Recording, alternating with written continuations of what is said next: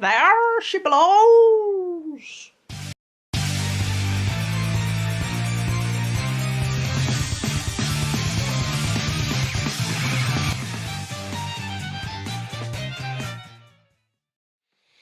Good evening, folks, and welcome. You can only just see my little fingers, can't you? Apologies about the close-up. I must state I've got a jumper on. I was asked once in the comments of one of my videos, what on earth is a jumper? A jumper is a sweater. I think that's what you call them in America. A jumper, a big woolly winter thing.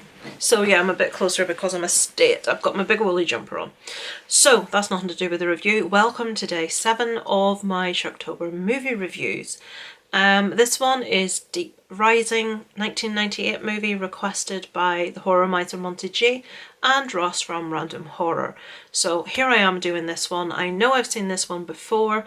As with all movies I haven't seen in a long time, I sat down to watch this one, had no recollection of anything that was about to happen, and recognised quite a lot of scenes as I was watching it from some time in the recesses of my brain.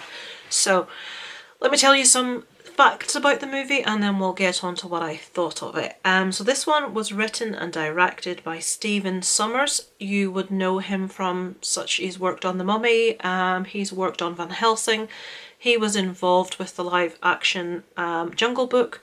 So yeah, stars, one of many. There's quite a few names here you'll recognise, but I'll give you Treat Williams, Famke Janssen, I hope I'm saying that properly, Anthony Heald and Kevin J. O'Connor. As I said, there's a lot of names that you'll recognise, or a lot of faces should I say you'll recognise.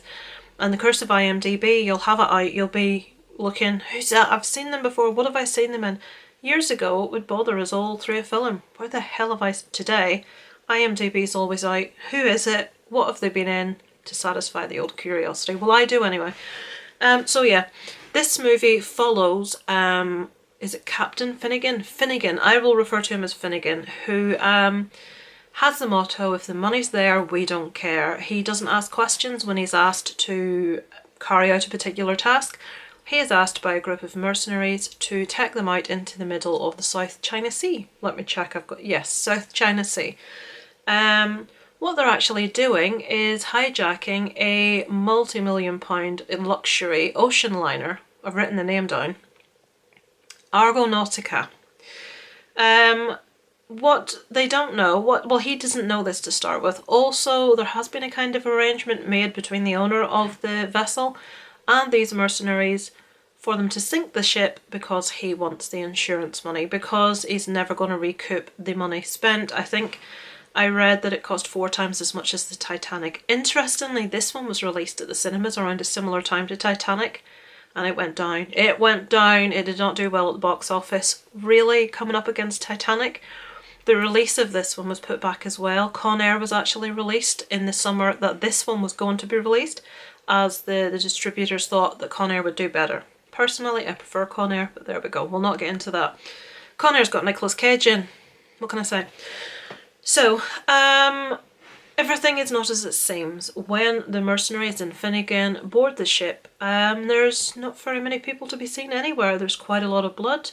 Something has happened. Something is afoot. We have Famke Janssen as just the pretty girl, really. She's just there to look pretty by the feel of things to me. And this team are basically fighting to stay alive against whatever has killed the rest of the members of the ship.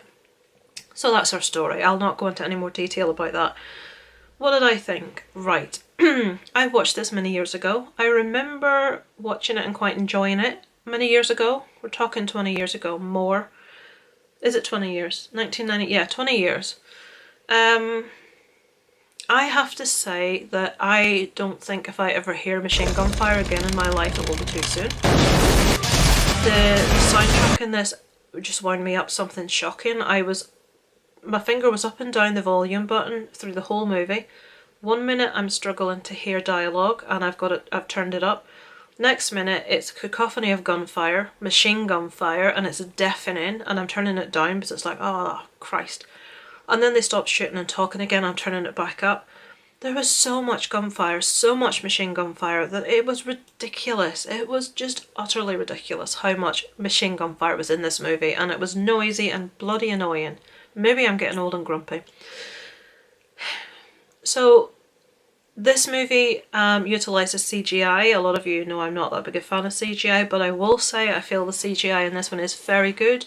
The creature is like a tentacled, massive, octopusy type of thing. The film's got real sort of like feels of Alien in places, of even Anaconda, sort of the coil section of the creature. But what kind of perplexed me is that in a very brief couple of minute stint at the start of this movie, this creature like kills thousands of people instantly. And it spends the rest of the movie trying to wipe out these few little insignificant creatures, people, at the end of it. It's like, what, really? I suppose you have to suspend belief, obviously it's a horror movie, but I felt that this movie was taking too many things from too many other places. It's like, I don't know, it's like someone has put, you've got the ocean liner sinking, Titanic. You've got the whole way it looked inside, the inside of the ship, the people, the way they were dressed, the weapons, Alien. The sort of coils of the creature reminded me of Anaconda. It's like a montage of the greatest movie moments from loads of other movies that we've all seen before. There were aspects of this I enjoyed. I remember, like I said, I saw this when it first came out and I think I did enjoy it. There were scenes that happened and I thought, yeah, I remember that. But another one, it reminded me of the Poseidon Adventure, but I really, really, really like the Poseidon Adventure. This one sort of left me a bit lukewarm. I don't think it's a bad movie. I think it's a good movie. I think it's one of these that will appeal to certain people that like a particular genre. I think I'm talking about this, you all know, well, a lot of people that watch my channel have heard me talk about Kelly a lot, my friend. Her partner Dave is a massive fan of this kind of thing. He loves it, the Alien franchise. He likes creature features. He probably likes Predator, I'm not sure, but I'm going to guess he does. He likes that kind of thing.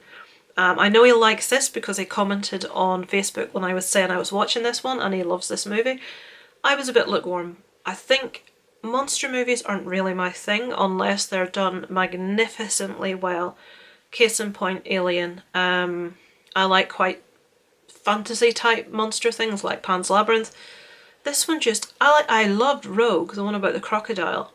This one just to me was taking too many aspects from too many other things and putting it together, and there was nothing new. There was nothing to grab you in it that was like, I don't know, it just, I didn't warm to any of the characters. I found the lead just really pompous. The actress, I just didn't feel there was no real purpose to her being there. The rest of the guys were all interchangeable. It didn't matter which one was there. You could replace them with someone else and we probably wouldn't notice. There's a few little moments in it that I enjoyed here and there, but it's just not my bag. That's the only way I can put it. It's just not my cup of tea. Some people loathe found footage movies. I love found footage movies. Some people love creature features. I'm a bit lukewarm with the whole thing. I don't love them, I don't hate them, but I'm never going to get overly excited about them, put it that way. I'm not going to prattle on and on about it. What would I give this movie out of 10? I'm going to come in with a 6 for this one.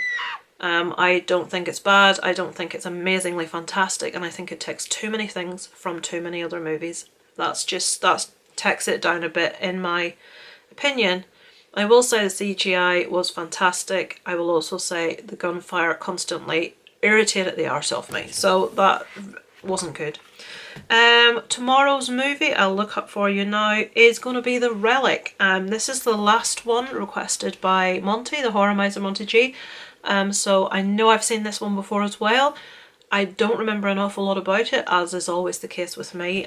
Shocking. A couple of you have asked, have I got a list of movies that I'm reviewing? There actually is a video. I should actually link the video. I will link the video in my description every day for my reviews for all of the movies that I'm covering this month, and you know, you've got the dates of when I'm looking at what, so it'll give you an idea. Because a couple of people have asked, and I should do that. If I can be arsed, I'll type the list out and put it in the description every day, but it depends on if I get time. Hope you're enjoying the review so far, and as always I will pop a list here of other friends of mine who are also doing 31 Days of Horror. If you check them out and subscribe, it would be much appreciated, as they're some awesome people. And I'm just going to give a final plug. Or Three from the Grave series was launched this morning. I have been inwardly cringing all day at the thought of people watching me pretend to be someone else. But yeah, it has to be done. The other two guys have characters. I needed a character, so we invented a character for me. So yeah, we released it this morning. It's Trick or Treat this month, so check it out, guys, if you haven't. I'd be much appreciated, so you could let us know what you think. So yeah, I will leave you there for today. Deep rising. Meh. Over and out from Lisa Loves.